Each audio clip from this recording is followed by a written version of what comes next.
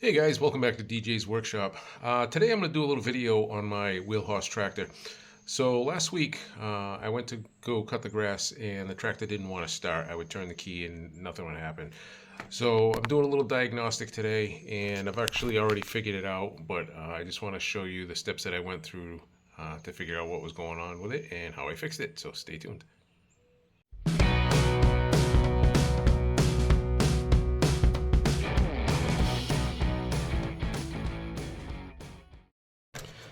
Okay, so the problem I'm having is when we go to start it, that's all we're getting. Okay, for some reason there is a bad signal or something going on here where we're not getting power to the starter wire. All right, so the first step, you want to check your battery. Obviously, if you have a bad battery, it's not going to start. So you want to make sure you get a good battery. Put it on a charge if you need to, and start with a fresh charge on it.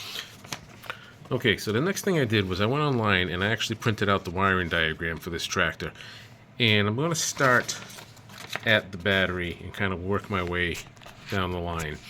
So, I got our test light here with it grounded. You can see we have power at the battery.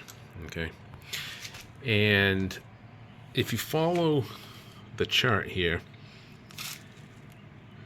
so the battery is here, and then there's a line that goes to the solenoid, which is this line here. Okay, and there is power there. Okay, so what was happening is I would turn the ignition and get nothing. And first of all, I want to make sure that I have power here, which is just a straight shot, so that's not a big deal. But you have this line that comes from the ignition, which actually goes through this safety switch on here. So we want to make sure we're getting power there. So I followed the diagram, and we went from the battery to there, and then there's a red wire that goes to the amp meter, which is right here. Okay, the meter. And there is a couple, you can't really see them, but there's a couple of wires on the back, and I checked that there's power there. So that was good. And then the green wire goes to the ignition. Now the ignition is up in here. And you can see we have, we have power there. Okay. So we wanted to make sure that the switch is working. We'll turn it on. Okay, so we got power there, and then we got power coming out of the switch also. So we got a good feed there. And okay, after that, we have power going to the foot switch, which is over here. And then we want to make sure we have power coming out of the foot switch, which goes to this terminal here. So if I stick this there, if I hit the key, nothing happens. But when you have the foot pedal depressed, it will power that up. Now what was happening was I was getting power to here, but there wasn't any power to here. So I was getting power up here, it was going through the ignition switch, it was going through the foot switch, it was coming back up here, it was activating here, but nothing here. So what I did was I went out and I bought another solenoid for it. And I got it from Tractor Supply. This is the one I got. Alright, and it's basically the same exact one that was in there.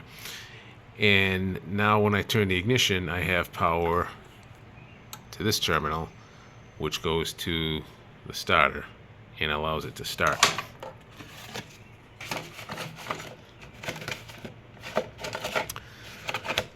So basically that's what you want to do, is just kind of go down the line and see if you have power from the battery going to the amp meter, going to the ignition switch, going to the safety switch on the pedal, and then coming up to here.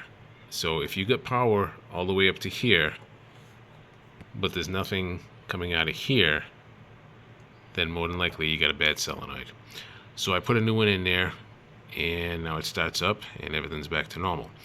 Now there was one way that you can check this, a quick easy way to see if it's a bad solenoid without going through all of that testing, which is not really a big deal. But what you can do, if you turn the ignition on and it doesn't do anything, you have these two wires, this one and this one, and basically all this is doing is it's just jumping those two over. But if it's not jumping it, it's not going to start. Okay, so basically what you can do is you can go from this wire directly to this wire and basically bypass the solenoid.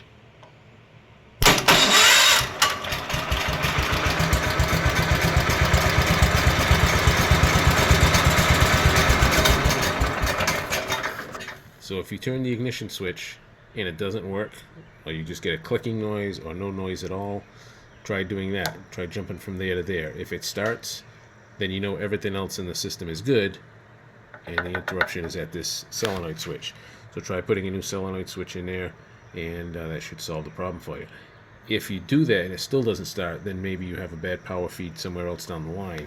It could be faulty safety switch on the pedal. You could have a wire that is not getting a signal, interruption in the wire, a chafed wire, cut wire, something like that. So it's not too complicated. Just a few wires running back and forth up to the solenoid, but that's the last step before it gets to the starter. So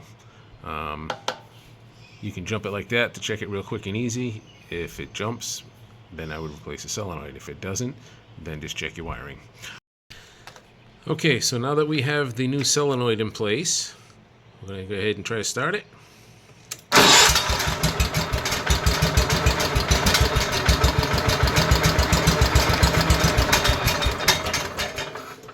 And she fires right up. Alright guys, hope that helps. If you liked the video, give a thumbs up, a share, a like, and I will catch you guys on the next one.